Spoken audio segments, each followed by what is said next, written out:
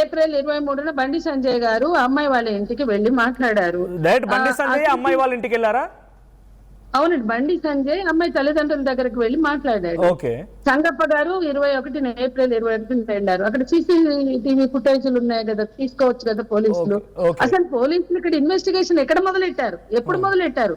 8న case మొదలు పెడితే 9th CCTV ఫుటేజీలు తెచ్చారా?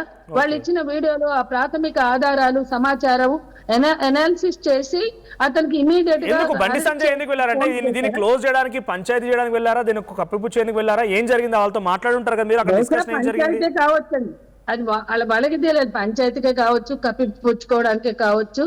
కానీ అతను పశ్చాత్తాపం ప్రకటించాడా? కొడుకు బ్రేకప్ చేశాడు. ఆ కొడుకు ప్రేమించినట్లు ప్రేమించమన్నట్లు మెసేజ్లు ఉన్నాయి. నువ్వు లేకపోతే చచ్చిపోతాననే మెసేజ్లు ఉన్నాయి. నువ్వు లండన్ వెళ్ళొద్దు, నువ్వు వెళ్తే నేను ఉండను, నేను బతకను అన్నవి ఉన్నాయి. అవన్నీ చేసి ఆ తర్వాత బ్రేకప్ చెప్పినవి ఉన్నాయి. ఇవన్నీ తర్వాత నా కొడుకు తప్పు చేశాడనో పశ్చాత్తాపం వ్యక్తం చేయడమో, లేదా సరిదిద్దుదాం, పిల్లలిద్దరు చిన్నవాళ్లే కదా తర్వాత ఆలోచిద్దామనో, ఇటువంటి ఏ రకమైన ప్రయత్నం జరిగినా ఇవి ఇవాళ పోలీస్ స్టేషన్ కి రాదు, పోలీస్ స్టేషన్ కి వచ్చే కేసు కాదు. ఏం చేస్తుంటారు? అక్కడ వెళ్ళి ఏం చేస్తారు మీరు? ఆ కుటుంబంతో మాట్లాడుంటారు, ఏం మాట్లాడారు? మనం ఎందుకు ఊహాజనితంగా మాట్లాడాలండి? వాళ్ళు వెళ్ళి ఇష్యూనే మాట్లాడుకుని ఉంటారు. వాళ్ళు ఇష్యూ మాట్లాడుకుని ఉంటారు. ఏం మాట్లాడుకున్నారు అనే విషయాలు చాలా రకాలుగా వచ్చినాయి. మా అమ్మాయి ఫినాయిల్ తాగిందంటే ఫినాయిల్ రుచి బాగుందా అని అడిగినట్లుగా కూడా వాళ్ళు చెప్తున్నారు.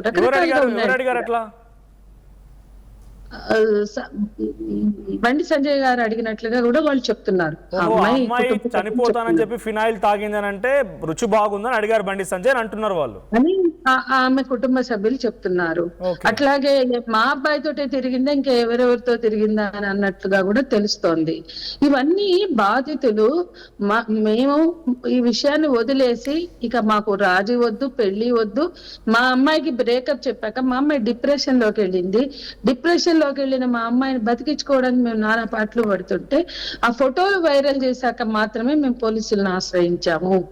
అతను ఈ రకంగా నేరం చేసి మళ్ళా మా అమ్మాయిని నిందలేస్తున్నాడు, మా అమ్మాయిని బదనాం చేస్తున్నాడు. ఆ ఫోటోలన్నీ బయట, ఇప్పుడు ఆ అమ్మాయి ఫోన్ నుంచి ఫోటోలు వెళ్ళాయా, బండి సంజయ్ కొడుకు బండి భగీరథ ఫోన్ నుంచి ఫోటోలు వెళ్ళాయా? తెలుసుకోవడం కష్టం అంటారా? అక్కడే తెలుస్తుంది కదా నేరం ఎక్కడ, విషయం ఎక్కడ ఉల్లంఘన గురైంది అనేది.